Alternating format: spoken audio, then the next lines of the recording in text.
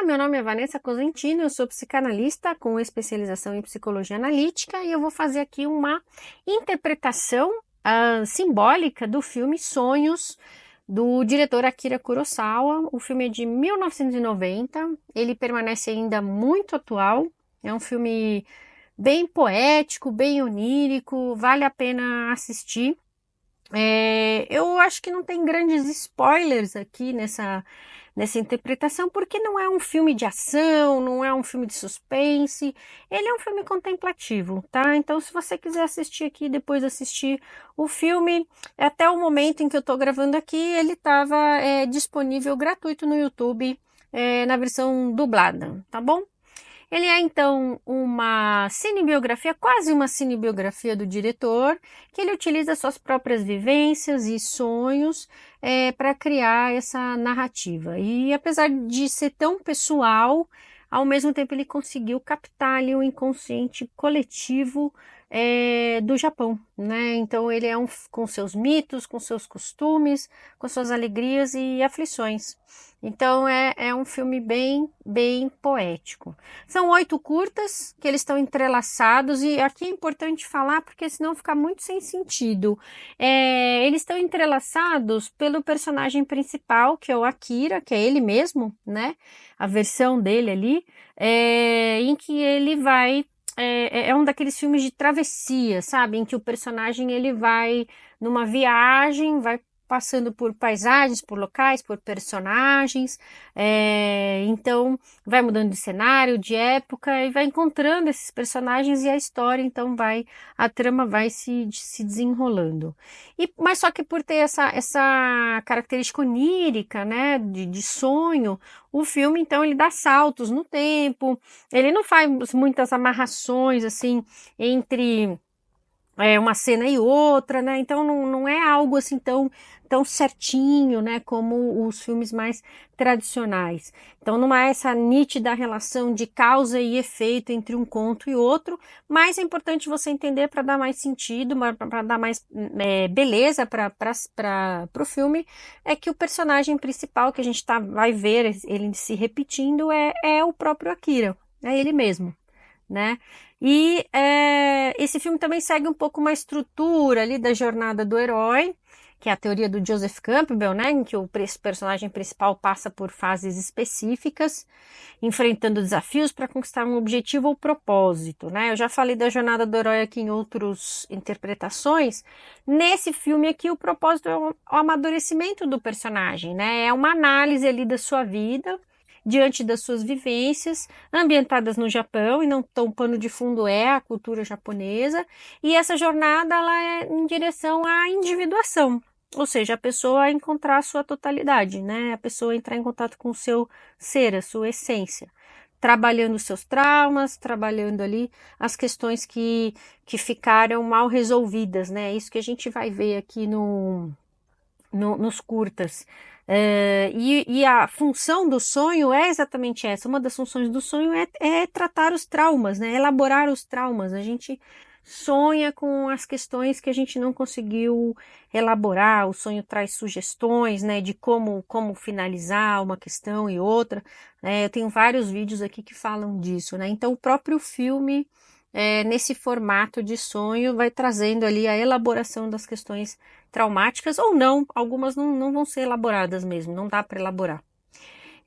Para fazer essa aproximação, né, da rica cultura japonesa, que eu não sou especialista, eu gosto, mas eu não sou especialista, eu consultei, né, para fazer essa aproximação da cultura japonesa com o ocidental, eu consultei o trabalho que está disponível na internet, Sonhos de Akira Kurosawa, uma leitura junguiana de Zé Felipe de Sá. Tá? Então é importante aqui falar a fonte, o trabalho belíssimo dele, que me ajudou aqui a fazer essa aproximação entre as culturas, né, japonesa e a ocidental. Uma coisa super importante também para você entender, não só no filme do Kurosawa, mas geralmente nos filmes orientais, né, os filmes japoneses, outros filmes dele ou de outros diretores, é o conceito importante chamado Ma, né? Ele tem uma representação, é um símbolo, né, japonês. Ele parece um portal, uma janela aberta, Ma, ele representa o vazio. E esse vazio, ele fica claro nas histórias, porque você vai ver que não tem exatamente um final definitivo, né? O final fica em aberto, fica vazio mesmo. É como se você tivesse que completar esse final na sua cabeça. Então, e tem também os momentos de contemplação, então as cenas são um pouco mais longas para você às vezes contemplar uma paisagem, contemplar uma cena, e isso faz com que o mar, esse vazio, ele é um conceito que ele está dentro, ele completa uma tríade, né? Em que você tem de um lado uma posição, de outro outra, e no meio o vazio, ou seja, é esse espaço para você entrar em contato com uma posição, entrar em contato com a outra posição, uma postura, enfim, uma opinião, e aí você, no meio, com esse vazio, você tem a possibilidade de criar uma terceira posição, uma terceira via. É algo novo aqui para a cultura ocidental, porque a cultura ocidental é muito dialética. A gente tem o certo e o errado, a gente tem o claro e o escuro, a gente tem o alto e o baixo. A gente não tem esse terceiro lugar. Então, na cultura japonesa, na oriental, isso é muito comum. Então, o filme ele traz isso muito marcante, né? Esses espaços vazios para que você faça suas reflexões ali, você chegue às suas conclusões. Por isso que eu falo que é um filme contemplativo, não é um filme de ação, de você ficar com medo, né? Ele é outra coisa. Então, é um lugar de reflexão. Então, também tem uma predominância, você vai ver a temática vida, morte e vida, né? Ela tá aparecendo em todos os curtas, né? Essas reflexões sobre e esse ciclo, né? Esse ciclo eterno aí da natureza e da nossa vida. E ele vai trazer emoções contraditórias, né? Então a gente tem um primeiro conto trazendo algo sobre a vida que traz um sentimento ruim, e o último conto, né, já antecipando, que fala sobre a morte com um sentimento de alegria, de gratidão, né? Bem bonito. Outra questão importante é que o filme tem um aspecto espiritual, místico, transcendente, no sentido que o título original é Yumi, significa sonhos, mas não esses sonhos cotidianos que a gente tem, são sonhos premonitórios, né? Então ele tem um pouco essa característica do fantástico, né? Legal, vai aparecer bem aqui das narrativas. Aí os contos então se chamam O Sol através da Chuva, O Pomar de Pêssegos, A Nevasca, O Túnel, Corvos, Monte Fuji Vermelho, O Demônio Chorão e A Aldeia dos Moinhos de Água. Então vamos lá para o primeiro conto, né? O Sol através da Chuva. Resumidamente, eu não vou contar, né, o conto, senão não tem porque você assistir o filme. Mas assim, de maneira geral, a gente vê o personagem, a gente vê um menino japonês, um menininho, que é o Akira pequeno. Eles estão ele tá na porta da casa dele. Então ele tá, ali já começa o mar, né? Ele não tá nem dentro de casa e nem fora. Ele tá assim no portal, né? Do portão de dentro para fora. E aí é um dia de sol e chuva. Aqui no Brasil, né, a gente faz a brincadeira sol e chuva, casamento de viúva. Lá eles têm sol e chuva, casamento de raposa. Inclusive a expressão é Kitsune no Yomi-iri.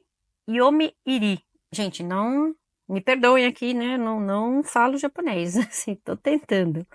Que é, então, a expressão sol e chuva, né? Casamento de raposa. Então tá um dia bonito de chuva e sol.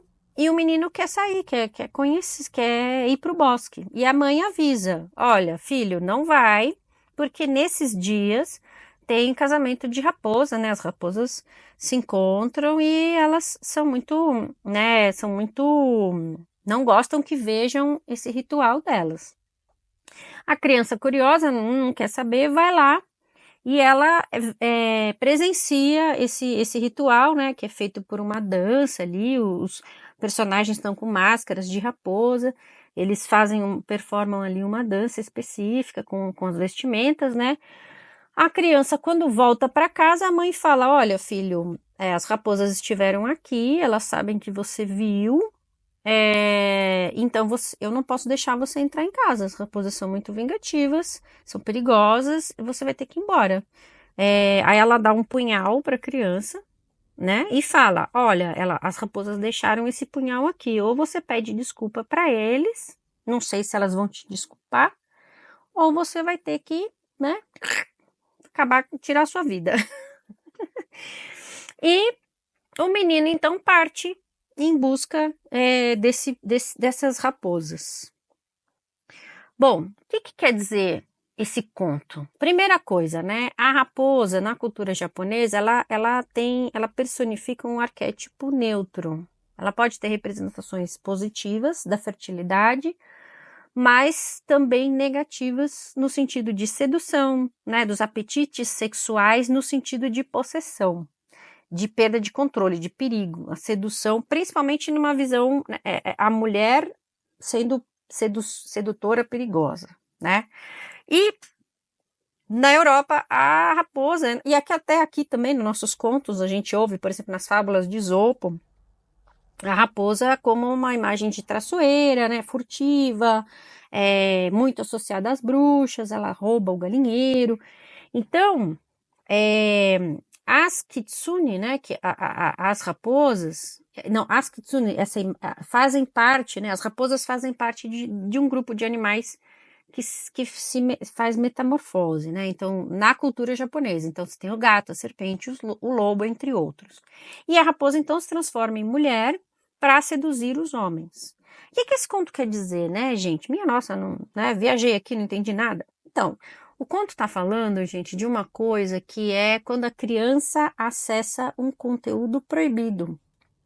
Quando ela vê algo que ela não poderia ver como criança, né? Pode ser uma referência aí a ver os pais ali na sua intimidade, né? Então, quando a criança acessa um conteúdo proibido, que ela não pode ver, ela perde um pouco, né, da inocência. Então, a história do Akira começa com isso. Ele presencia algo que está no lugar do sagrado, do místico, mas do proibido, que ele não poderia ter visto, porque ele foi muito curioso. Esse tema do proibido, ele vai aparecer na nossa, por exemplo, o quarto proibido vai aparecer, por exemplo, no conto do Barba Azul, né, em que ele fala para a esposa: olha, o castelo tem 100 quartos, você pode ir em 99, você não pode. E quando ela vai lá, é um quarto de morte, de horror. Então, essa temática, ela é muito comum. A gente tem isso na Bíblia, né, gente? A referência ao fruto proibido, a árvore do fruto proibido. Quem comer do fruto proibido vai ser expulso do paraíso. Então, é o que acontece com o nosso pequeno Akira. Tem uma frase, né? Eu acho que é da Melanie Klein, psicanalista. Ela fala: quem acessa o conhecimento é expulso de alguns paraísos, né? Acessar o conhecimento faz isso. A gente perde a inocência. Então, o pequeno Akira perde a inocência, não pode mais voltar para casa e ele vai começar a jornada dele, né? E essa morte, né? O que morre ali quando a mãe entrega a faca é a morte simbólica da parte da criança que era inocente, né? Que não sabia e agora sabe, né? Então é sobre isso esse conto. Aí a gente tem então outra coisa, né? O arquétipo do novo aparecendo aqui. Então a criança curiosa, vontade de ver o desconhecido, ela é ousada, né? Eu sempre já falei aqui do arquétipo do novo várias vezes, mas é desajeitado, não sabe ainda como fazer, não sabe direito como as coisas funcionam, comete alguns erros, né? E aí, aqui é isso, a criança interior precisa se sacrificar, porque ela viu algo que era proibido. O autossacrifício na cultura japonesa também é muito forte, tem até em nome da honra, né, até chamado, tem um termo que é o harakiri. Harakiri, que é quando a pessoa, né, o samurai, enfim, tirava ali a espada, desembainhava, né, a espada para tirar a própria vida e morrer de uma maneira honrosa, tá? Então, são esses os temas que estão circulando aqui nesse conto. O próximo, Pomar dos Pêssegos, a gente vê um menininho japonês, que é o Akira, só que agora ele tá um pouco mais velho. Ele tá na casa com uma irmã e eles estão se preparando. Ele vai oferecer ali, ele traz comida para essa irmã e para as amiguinhas dele. Só que ele traz uma comida a mais, um bolinho a mais, porque ele acha que viu uma menina a mais. A irmã fala: não, nós somos só em cinco. E ele então vê essa menina com o kimono rosa saindo correndo e ele segue essa menina. E aí a gente vê, antes dele sair, a gente vê na casa que eles têm ali uma coleção de bonecos. E existe no Japão o festival dos bonecos que chama Hina Matsuri. Então os bonecos têm um líder, né? O líder Kami, ele usa trajes imperiais, tá todo mundo, né? Os bonecos estão muito bem vestidos ali, realmente dá a impressão, mesmo que a gente não conheça nada da cultura, parece ser assim, cultura japonesa, parece ser uma vestimenta oficial, cerimoniosa, assim, né? De festas, né? De alguma representação ali cultural do Japão. Então, esse menino vai correndo atrás dessa garotinha que ele viu, e aí ele dá de cara com os bonecos, só que transformados em gente, né? Eles estão num jardim, e esse líder, né, que é o Kami, o líder deles, né? Ele briga com o menino e fala assim: olha, vocês destruíram aqui, cortaram as árvores as pessegueiras, a gente tá muito triste, não vai ter o festival, a gente nunca mais vai voltar, vai aparecer. O menino chora, fala que não foi ideia dele, né? Que ele tá muito triste, que ele também gostava dos pessegueiros, tal. Tem toda uma reflexão, né, sobre o que a natureza fornece, sobre o que é produzido pelos homens ali de maneira maciça, né, massiva. E aí esses bonecos então concedem ao menino uma última visão dos pessegueiros, da árvore, as árvores todas floridas, tal, é super bonito. Aí os bonecos fazem uma dança, as árvores florescem, tal, o menino fica super emocionado, enfim. E no final a gente volta a ver as árvores todas cortadas, né? Só os tocos. Só que tem uma árvore ali que está florida, floriu. Ela continuou florida. E aí a gente vê a menininha correndo. O que quer dizer, né, esse conto? Bom, eu já falei dos bonecos, né? Os bonecos eles fazem uma dança chamada bukago. É isso? Bukaku. Bukaku, que é um conjunto de danças tradicionais da corte imperial, e eles representam a rigidez japonesa. E aqui a gente vê de novo a questão da culpa, né, gente? Olha como é forte a questão da culpa e da rigidez. A gente tem num primeiro conto a mãe super rígida: filho, vai embora, você fez uma coisa errada, sofra com a sua culpa. Agora, no segundo conto, o menino sofre com uma culpa que não é dele, né? Cortaram os pessegueiros, mas ele quase foi punido junto. A garota de kimono rosa, como só o Akira, né, via ela, a gente pode entender que ela era o espírito do pessegueiro, mas também ela é o arquétipo do novo, só que na versão feminina, né? O novo jovem, feminino. E é a Ânima. A Ânima, já falei aqui também em outros vídeos, a Ânima é o contraponto masculino, né? Ou seja, é a parte feminina que o homem tem dentro dele, é a sua alma, né? Digamos assim. Então, a Akira vê a sua alma ali, ele vai atrás dela, né? E é ela, então, que vai florescer ali, através desse encontro, né? Também a gente pode falar, então, que a menina, ela é a alma dos pessegueiros, né? A alma do mundo, né? Jung dizia que a alma do mundo era feminina, né? Anima mundi. E também é uma homenagem à irmã, né? Do Akira, que ele perdeu essa irmã. E também a gente pode pensar que é o feminino como essa esperança de renovação da natureza, né? O feminino fértil, o feminino bom, fértil. E os bonecos, fazendo essa aproximação com a cultura ocidental, a gente tem também muitos contos, histórias de bonecos, né? Os bonecos são representações sobrenaturais dos seres humanos, muitas vezes nos contos, né? São mágicos. Então a gente tem a boneca do conto da Baba Yaga, que a boneca falava para a personagem principal ali o que é que ela tinha que fazer. A boneca então circula entre esses dois mundos, né? O mundo humano e o mundo fantástico, entre o instintivo, místico, transcendente, né? O misterioso e o mundo concreto. Então, de novo, essa temática aparecendo aqui. Aí na nevasca, agora a gente vê um adulto, personagem principal, Akira adulto, ele tá no meio de uma nevasca, muito dura, muito difícil, tá ele mais 3 companheiros, eles estão quase para morrer ali, e ele fala, não gente, vamos continuar, vocês não podem parar, não podem dormir, e aí ele aparece, aí para ele, de repente eles não aguentam, né, cada um vai dormindo ali, e a morte ali, eles iam morrer por nossa, hipotermia, né, se eles parassem ali, seria fatal.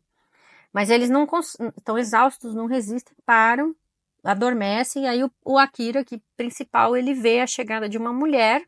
De novo, gente, uma figura feminina. Vocês estão vendo essa repetição, né? Nesses primeiros contos, essa figura feminina aparecendo muito. A gente tem a figura feminina da mãe, a mãe cruel, né? Que não deixa o menino voltar para casa. Você tem a mãe a mulher raposa, sedutora, perigosa. Depois você tem a ânima fértil, amorosa, que é a alma do pessegueiro, né? A homenagem à irmã.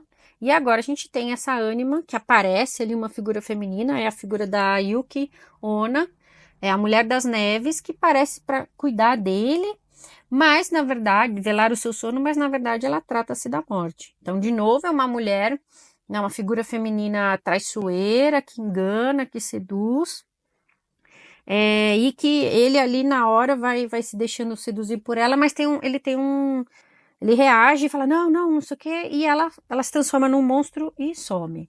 Então, nesse conto, a gente tem, de novo, esse feminino perigoso, né, traiçoeiro, e é uma temática parecida com o conto com o Ocidente, que é a temática das sereias, né, as mulheres metade peixe que encantam os homens, levam eles para o fundo do mar, né? Então a gente tem aqui esse aspecto desse feminino perigoso também no Ocidente. Bom, no próximo conto, O Túnel, a gente vê o Akira agora com uma roupa com uniforme de guerra.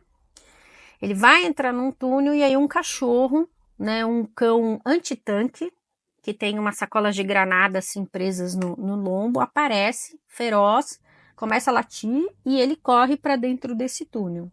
Quando ele passa do túnel, aparece Noguchi, né, um soldado com quem ele lutou, e depois o pelotão. E aí a gente descobre que esse Noguchi e o pelotão estavam mortos.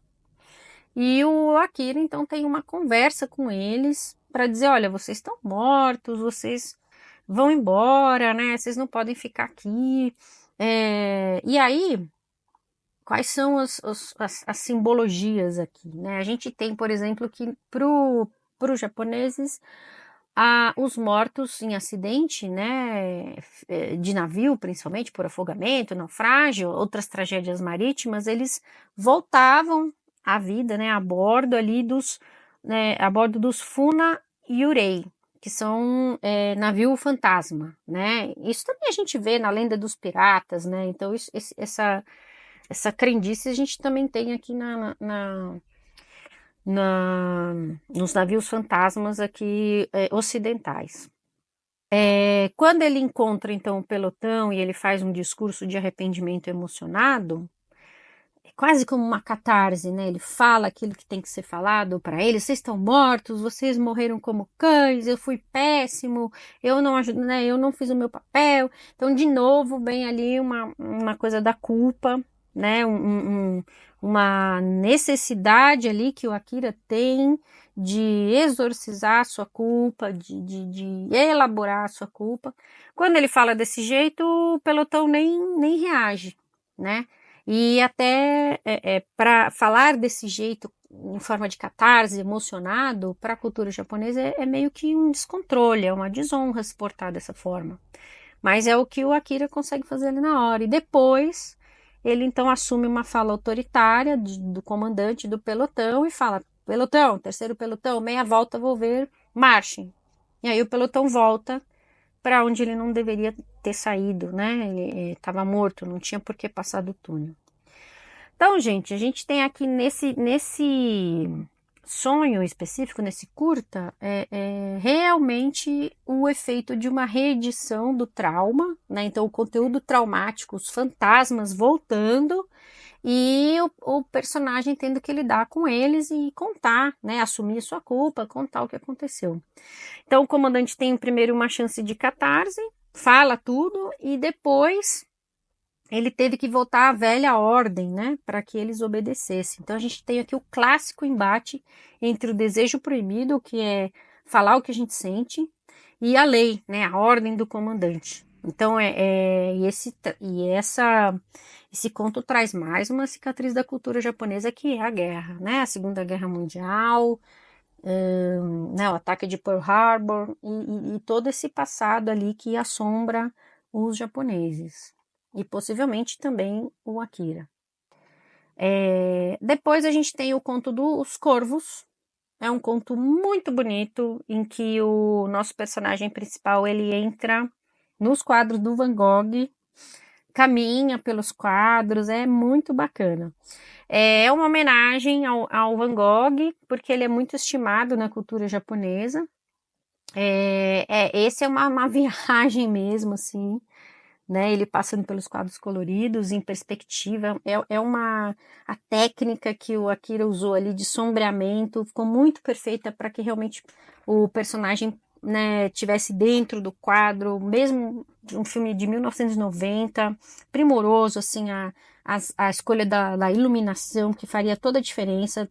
Poderia ter ficado muito tosco, né, falando português, claro, mas ficou belíssimo, assim, parece que ele está no quadro mesmo, numa época em que a tecnologia, a gente não tinha tanta tecnologia de cinema como tem hoje, né, vale ressaltar isso bastante. A gente tem o Martin Scorsese, que é um diretor super importante, que fez Taxi Driver, Toro Indomável e o filme recente agora, Assassinos da Lua das Flores. Ele interpreta o Van Gogh e o Akira se encontra com ele, eles têm um diálogo rápido ali, é, que o Van Gogh fala que enquanto tiver o sol, né, o sol o força a pintar, né, então é aquela coisa de trabalhar de sol a sol, né. Esse conto aqui para mim é um conto sobre o trabalho, a importância do trabalho. Ele fala isso pro Akira, então não posso ficar conversando com você, eu tenho que pintar. E ele também explica aquele momento em que ele precisou cortar, precisou não, em que ele, no momento de loucura, cortou a própria orelha, né, um momento ali crítico da fase final ali do Van Gogh. Esse conto, para mim, ele traz então essa referência, né, essa homenagem ao pintor, mas traz também uma referência do trabalho que vem da alma, né, a pintura, o cinema, e fazendo um paralelo com a vida do Akira, que nessa fase ele teve que fazer uma mudança na sua carreira, né? Quando o seu irmão morreu, ele abandona a pintura para ir para a indústria cinematográfica, em busca de melhores condições financeiras, mas também não foi fácil. Então eu acho que o filme, que esse curta fala dessa instabilidade mental, né? Da dificuldade do trabalho e das questões depressivas, né? O quanto isso é importante, o quanto ele passou, talvez tenha passado por isso, assim como o Van Gogh, né? A pintura e o cinema como algo que não dá para separar dele, né?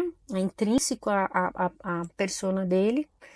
E os corvos, no final, na cultura ocidental, a gente tem uma imagem de morte, mau agouro, né? São mensageiros, e também são os mensageiros do mundo ali dos vivos e dos mortos, tá? A gente tem os corvos de Odin ali na cultura nórdica, né? Que eles têm essa visão, né? Eles são meio que mensageiros.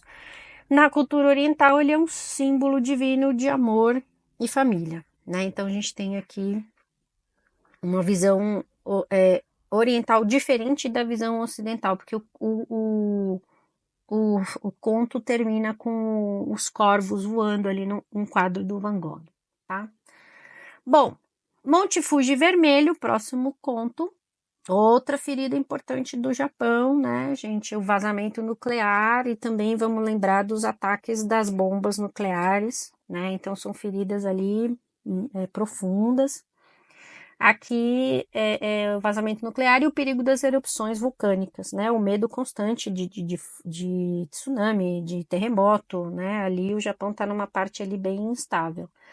Nesse curta sobre o Monte Fuji é sagrado, né, para os shintoístas, ele é a beleza natural impressionante, ponto turístico obrigatório, ele é um símbolo precioso do Japão, né, uma beleza natural impressionante, pela altura, pelo volume, né, pelo seu cume ali congelado, tem toda uma história, não é sempre que você vai lá e você consegue ver o Monte Fuji, se eu não me engano, porque ele está às vezes está escondido nas névoas, então tem toda uma mística em cima do monte, e o Akira elege esse símbolo ali japonês para mostrar nesse conto que o personagem chega e parece que está em erupção, tudo vermelho, uma correria, um caos, as pessoas desesperadas. Ele descobre que não é erupção e sim um vazamento nuclear. Então, aqui as personagens elas vão fazer uma reflexão sobre o grande mal, né, e morte que o material tóxico causa para as pessoas, para a natureza, como isso é inevitável. Não há como escapar, né? O Japão é pequeno. A personagem, a mãe que está ali com os dois filhos desesperada, ela fala: olha, não há como escapar, o Japão é pequeno, mas eu não tenho outra coisa a não ser fugir, preciso fugir. Né? E esse curta termina no silêncio, né? No mar. Aqui sim, esse grande vazio, né? Não há uma redenção, nem um fim apocalíptico, apenas um vazio. Você vê os pertences das pessoas ali abandonados depois da fuga. Você tem o diálogo ali do Akira com essa mulher e com um executivo, né, que trabalhava ali não sei se ele era um executivo, mas um cara que trabalhava na usina, e ele explica, um cientista. Ele explica o que está acontecendo. Esse cientista, ele é uma aparição ali, uma personagem sombria, né, o Sombra. Ele tá arrependido, culpa de novo, gente, ó a culpa aí aparecendo, pelo que ele fez, e ele se atira ao mar, pois ele prefere fazer isso do que a morte lenta, né, causada pelo envenenamento dos gases tóxicos e da radiação. Aqui, o arquétipo da sombra, então, está muito presente nas histórias, todas as histórias universais. A gente vai ter o vilão e o mocinho, o bandido e o super-herói, o bonzinho e o mauzão, né, a boazinha na novela e a malvadona. A gente tem sempre tem o anti-herói, o oposto, né, do herói, o contra o herói, o vilão. Então ele é a parte sombria, nossa, né, do eu. É a outra parte do eu que a gente tem, que é sombrio, que é negativo e que tem conteúdos que foram banidos, inaceitáveis. Mais diferente da visão maniqueísta ocidental, esse personagem sombra, ele é tomado pela culpa e ele tira a vida de uma maneira honrosa, né? Que seria, de novo, né, o harakiri ali, o suicídio. A gente já falou aqui que para os japoneses é uma forma honrosa, né? Se sentiu culpado, você tira a sua própria vida. Então veja, gente, como os temas cíclicos, eles vão aparecendo de novo. Os contos têm coisas em comum aqui, né? Não é um monte de coisa, né? Um monte de imagens sequenciais, né? Realmente tem uma mensagem ali correndo por baixo, né? Então, o Monte Fuji, aí é meio que uma sequência, o demônio choroso. Eles estão no mundo, o nosso Akira continua a sua travessia, ele encontra ali um mundo apocalíptico, um cenário de destruição, umas flores gigantes, né, meio que transformadas, né, pela radiação.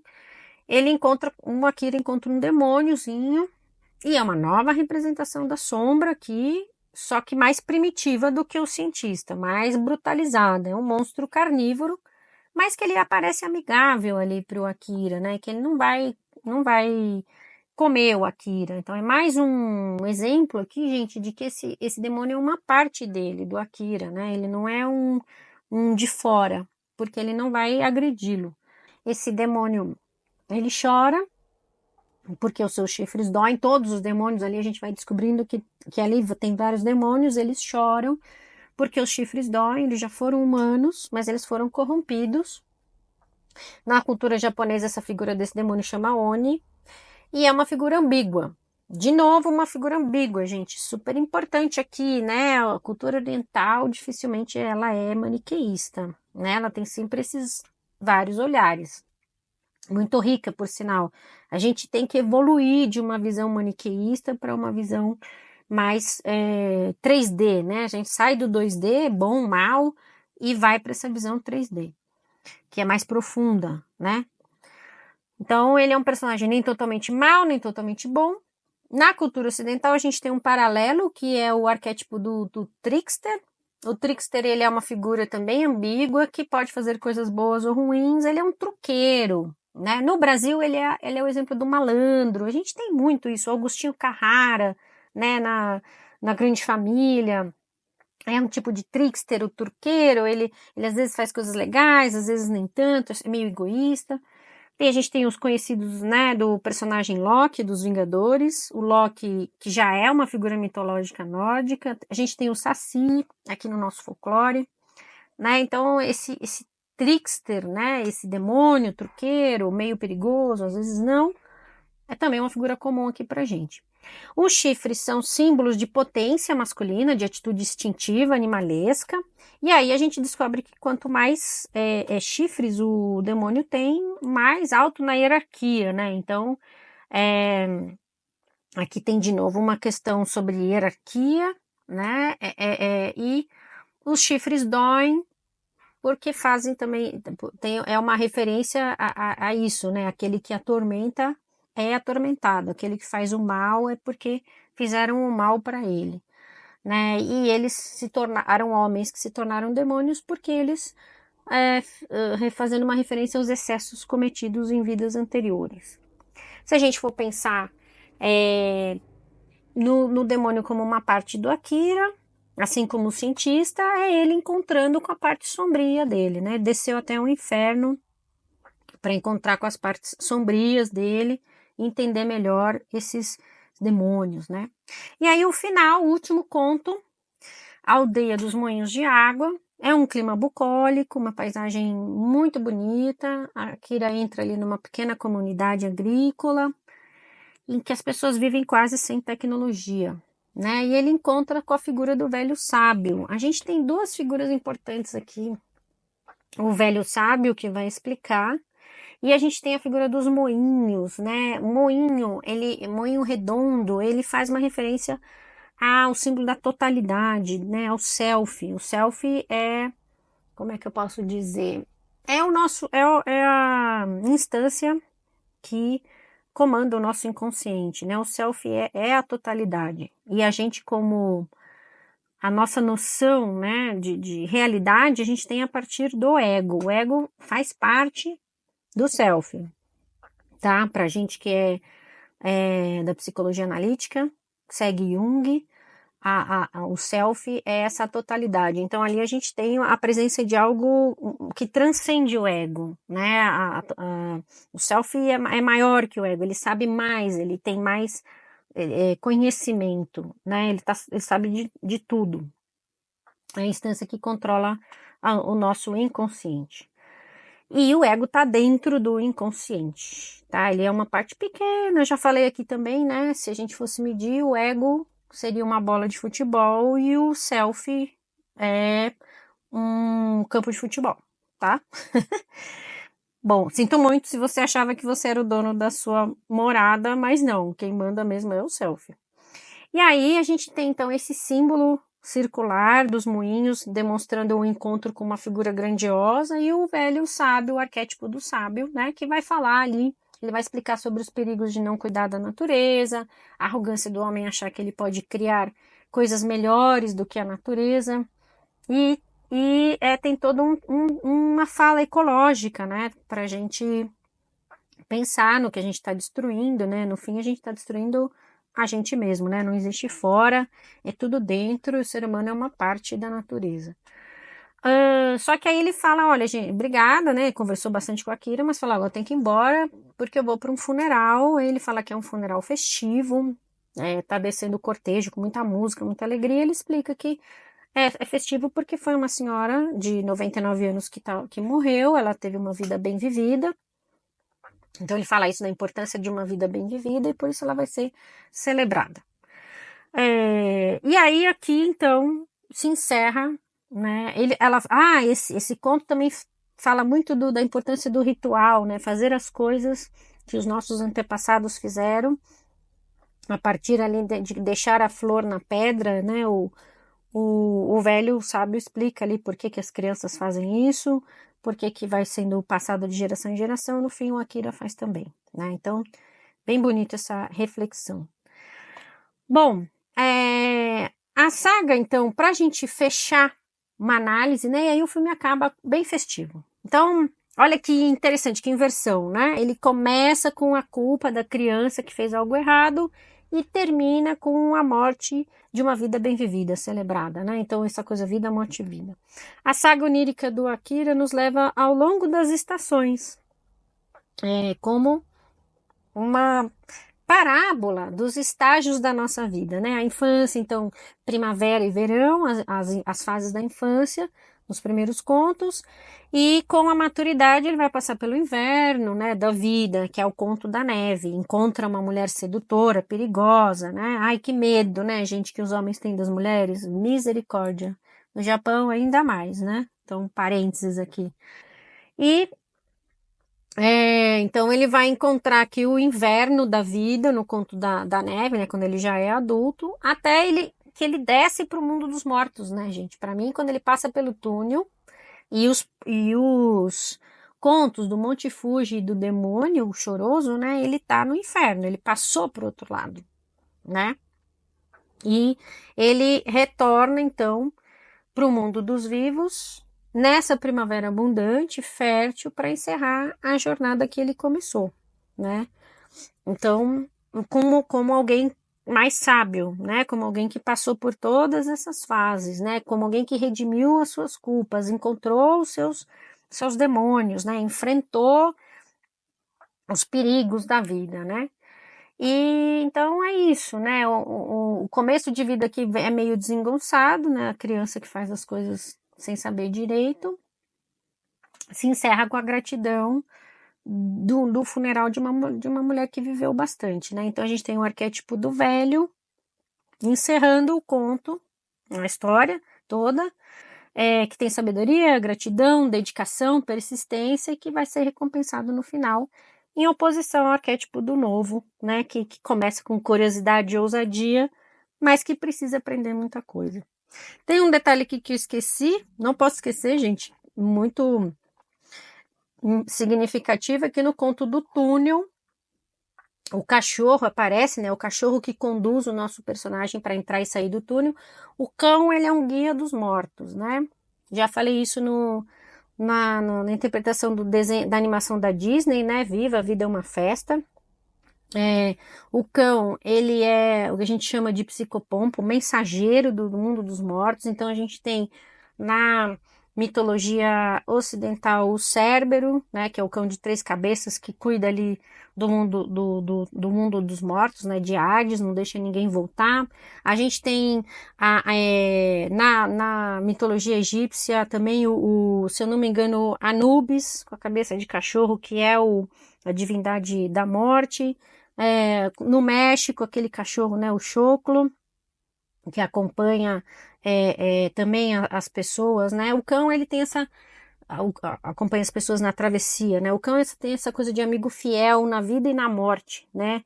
Do ser humano, por isso que ele aparece como esse mensageiro, né? Então é importante, porque ali no túnel o cachorro vai fazer ele entrar no túnel para encontrar com os fantasmas, né? E vai fazer ele se movimentar e não ficar parado ali, né? Senão ele teria ficado morto. Então, super importante aqui, gente. É isso. Falei bastante. Então, Deixe aqui os seus comentários, se você gostou, não gostou, dúvidas, o que você achou do filme, né? E me segue aqui nas redes sociais e até o próximo. Tchau!